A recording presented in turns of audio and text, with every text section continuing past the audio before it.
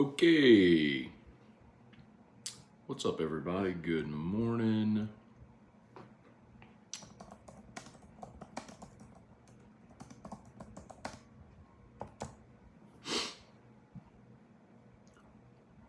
Okay. What's up, everybody? Good morning.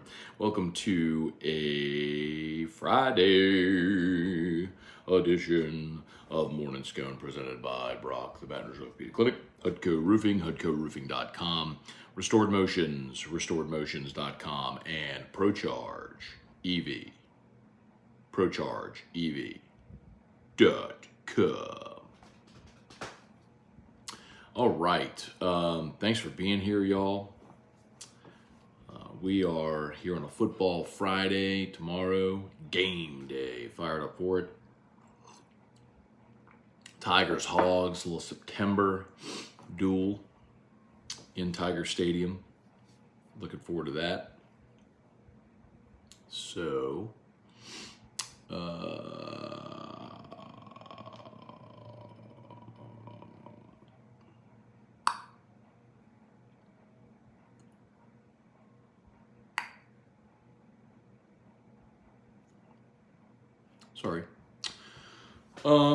thanks for being here. Today's Football Friday, tomorrow game day. Finally, we got a great weekend of college football, y'all. I know, we all long and yearn for college football to come back for so long, and then week 0 got here, and week 0 was kind of a dud, but at least it was football. You know, we had Notre Dame against Navy and Ireland, but that was really it. You know, week 1 got here, and the only ranked matchup was the LSU-Florida State game, which went. And then we've had some interesting matchups along the way. Like, of course, the Colorado storyline has been pretty fascinating. We had Bama, Texas, but we haven't had this glut of really great games. And I think we had to get into conference play because, despite their best intentions, sometimes those non-conference matchups are scheduled so far in advance that on paper they may look good at the time, but then you get to to the season and that they're actually played, and it's not really as appealing. So, like Tennessee, Virginia, when they scheduled that, might have looked really good. Well, Virginia is one of the worst teams in the country, so that's just not appealing. Anyway, you look at this weekend, though, Florida State against Clemson. Clemson unranked for the first time in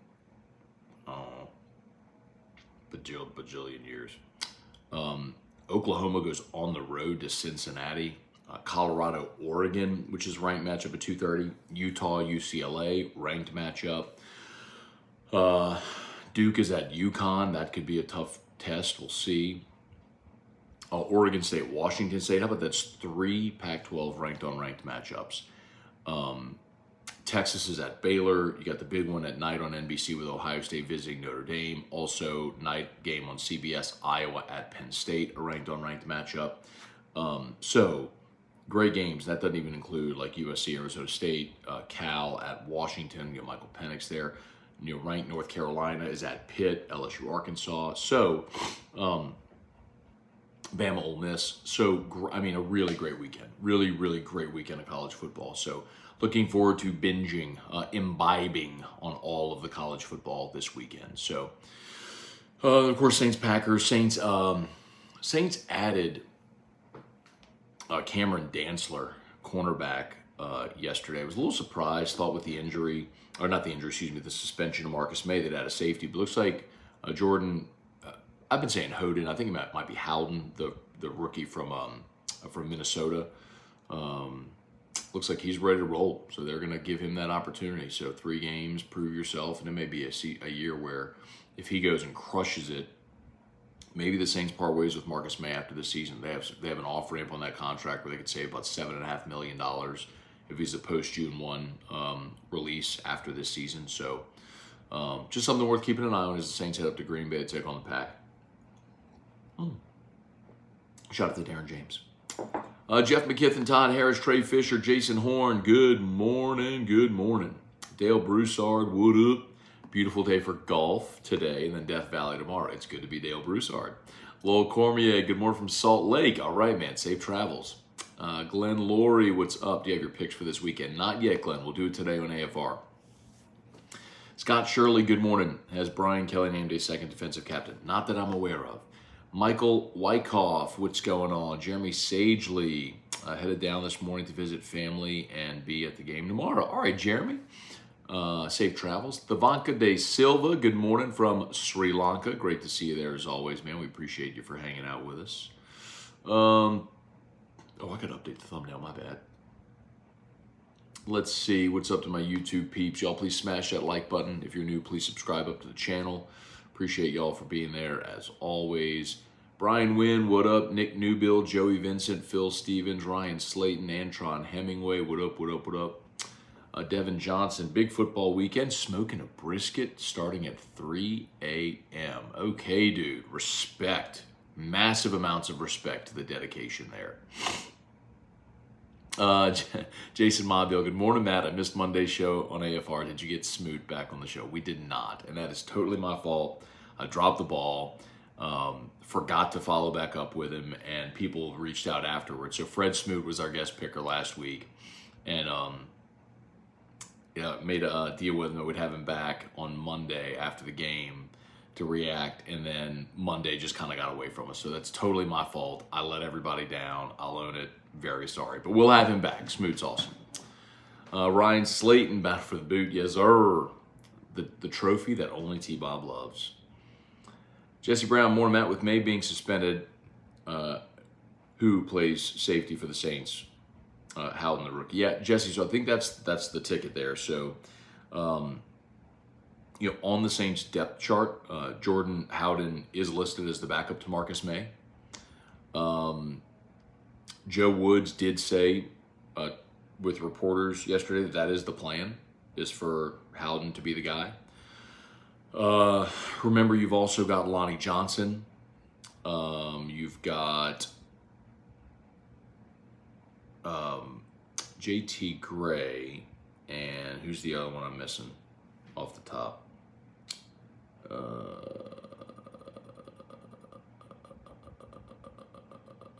Why am I missing one?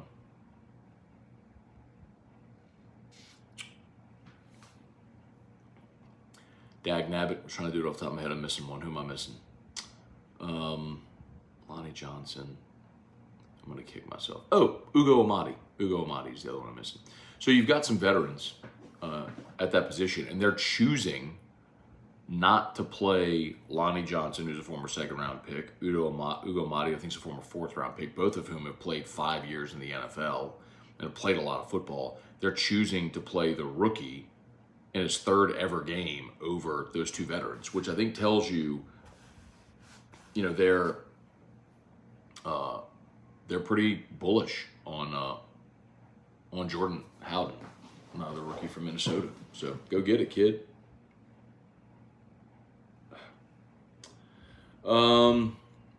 Where are we? Phil Stevens, great to play the games this weekend. Brian Wynn, Matt, what do the Tigers need to do to beat Arkansas tomorrow? More effective passing, more effective running, or better balanced attack? Well, so Brian, I think mostly what they need to do is show up and not beat themselves. LSU's a much better team. There's a reason they're an 18-point favorite. As long as you don't turn the ball over and have 10 penalties and keep giving them opportunities and stuff, you should win. Play a clean game, you should win it. Now, some of the matchups worth watching. I will tell you that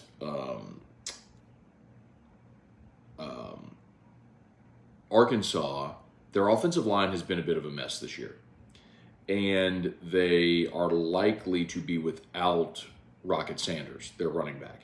And Sanders is a 240, he's 6'2", 240, 245. So when you have Sanders and then, KJ Jefferson, who's 6'3", 250,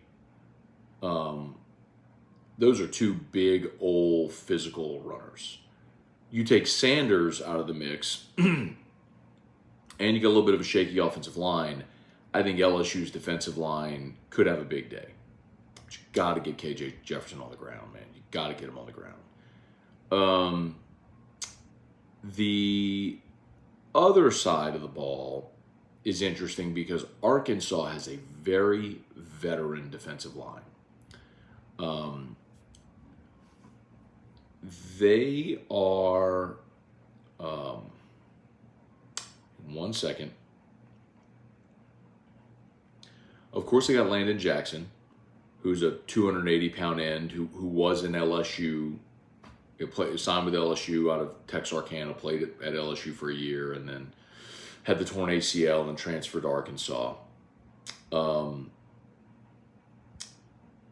Torian Carter is a former All SEC defensive lineman.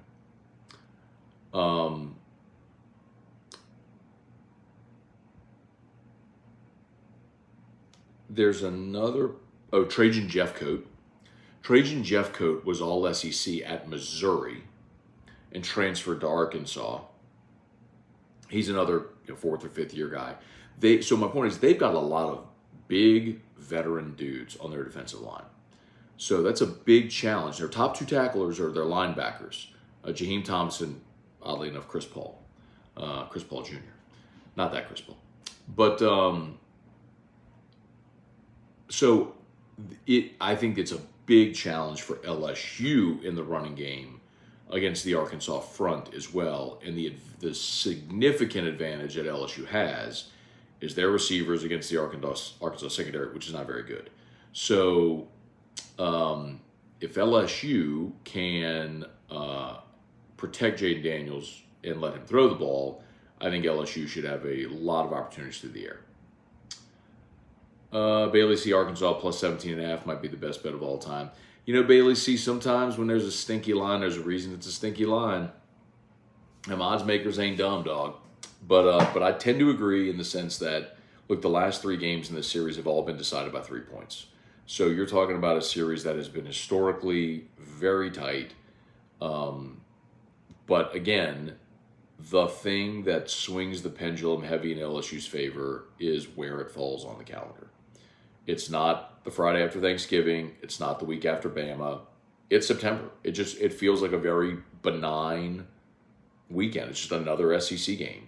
It's not, you got to go to Fayetteville the week after you play Bama. Is the team going to be up for it? It's like 6 o'clock, beautiful night, Tiger Stadium, SEC game, everything to play for. You know what I mean? So I think that's kind of the difference. Hey, Rebecca Claire, good morning. Wendell Norman, Tim Gotro, Jackson Carney. Matt, love how you get small digs in with opposing media referencing previous games. Always subtle and respectful, but noticed. You're going to have to give me a point of reference. I'm not saying that I don't do that. I would just need an example of what you mean. Taz, good morning. Let's see. Is there a reason why the Saints are not using Jimmy in the red zone?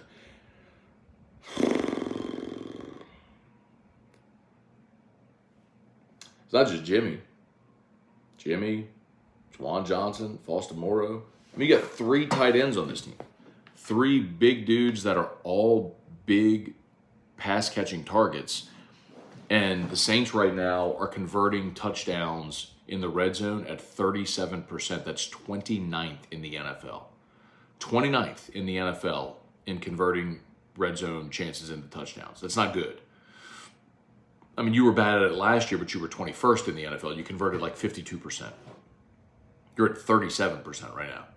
So what you're doing ain't working.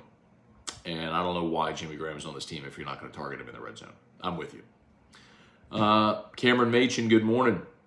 Glad to hear about college football weekend while grade middle school Bible tests. That's good, dude. You'll be watching all the football while you grade. Who was Abraham's son? Hey, Dad. Good morning. Welcome home. Hope you had a great trip. I need to call you back. I know you called me last. Oh man, you called me 2 nights ago. I was riding around with Drew when you called. No, it was last night. Matt Lynn, good morning. No, 2 nights ago. Matt Lynn, good morning. Alex Day, what up, Scone? Best non-LSU game this weekend. I'm going Wazoo, Oregon State. I'm going to disagree with you, Alex. I think you might be joking there. That actually may be a good game. So maybe that's what you're saying. But like the most interesting, no. I mean, Notre Dame, Ohio State, Bama, Ole Miss. I'm looking at all these national implications that are pretty significant in some of those. Colorado, Oregon. Brad David, why do you have a problem with the 72 Dolphins? So Brad, I don't have a problem with the 72 Dolphins. I have a problem with the 72 Dolphins insisting on being crotchety old people that keep popping champagne every time the last team loses and their record is preserved. Like, there's no one else in the history of the world who has a record that celebrates every time their record is preserved for another year. Like, can you imagine if Tom Brady every year, like, popped champagne when someone didn't break his touchdown? Or, wait, did Peyton Manning said it?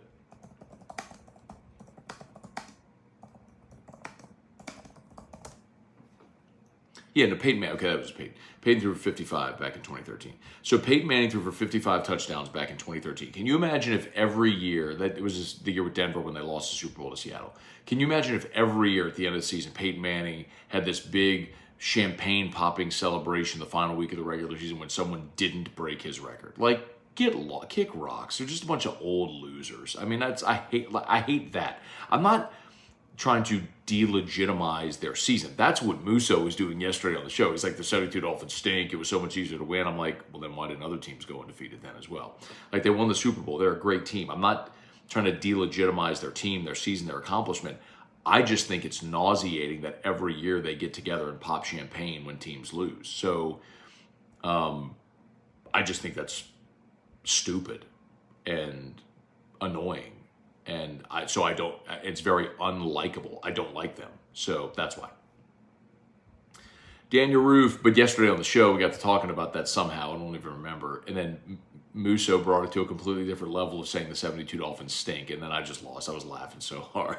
And then he dug in his heel. That's the thing about Musso. Like, he will dig in his heels and won't budge, even like when he knows he's wrong. So that's what happened. Like, I kind of pinned him against the wall because he was like, well, it's so much easier to win back then. I was like, what about all the other teams that went undefeated then? And it was silence because he knew I had it pinned against the wall. And he goes, whatever, the 72 Dolphins stink. It was hilarious. I laughed so hard. And it was legit. Like, I laughed all last night, too. It was funny. Daniel Roof, good morning, Matt. How do you think the LSU receivers do against the Arkansas DBs? Really well. Arkansas's DBs are not good.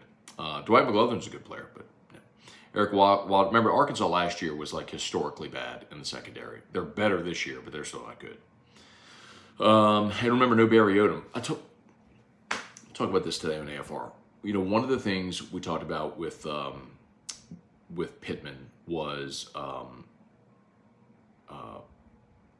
somewhat of a comp to Orgeron in the respect that, what would happen when you lose your really good assistants, when you're that CEO and you don't have one of the specialties? Are you able to continue to hire good assistants? Orgeron inherited Dave Aranda. He inherited Steve Ensminger. When he had to go hire his own, he hired Bo Pelini and Durante Jones defensively, and offensively he hired Matt Canada and then replaced Canada with Ensminger, who was already on staff that Les Miles hired. And then went to Jake Peets, who had never been an offensive play caller. So he wasn't able to do it. Look at Sam Pittman. He had Kendall Briles, Barry Odom. Amazing coordinator tandem. Well, they're both gone now.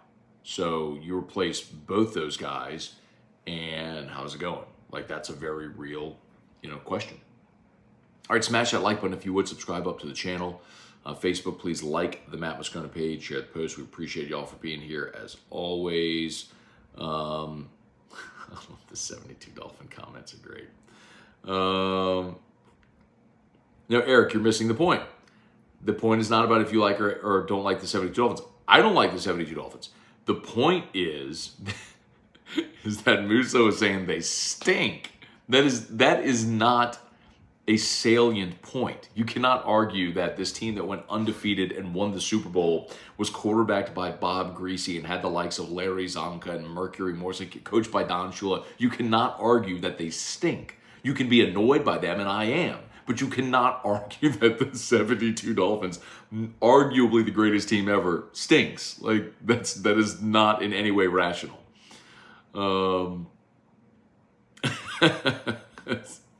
man, I want to get somebody from the 72 Dolphins on the show now. To get some old 70-year-old man on the show to defend his team. Oh man, that was funny. We're short on time here, and we're bringing Drew to get his flu shot this morning, so I got to get rolling. Matt Plavidall, Ryan Slayton, what's going on? LSU tailgate pig roasts over under 20.5. Oh, over. Tiger Diver, Ronnie Dugard, Joel Cunningham, what's going on?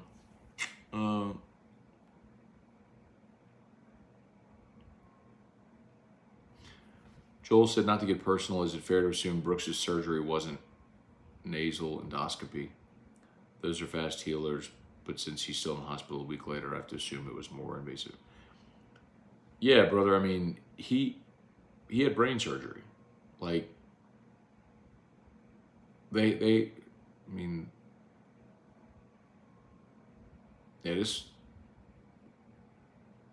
go through his nasal cavity, man. They had to shave his head and cut him. Okay.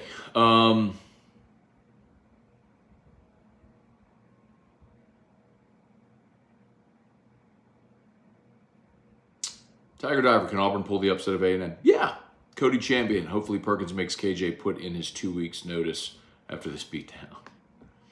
All right, y'all. My apologies. Phil Stevens, first time I ever laid money, 72 Super Bowl at the age of 7. Okay. Would it have been the 73 Super Bowl? 72 season, 73 Super Bowl? I guess we're probably saying the same thing.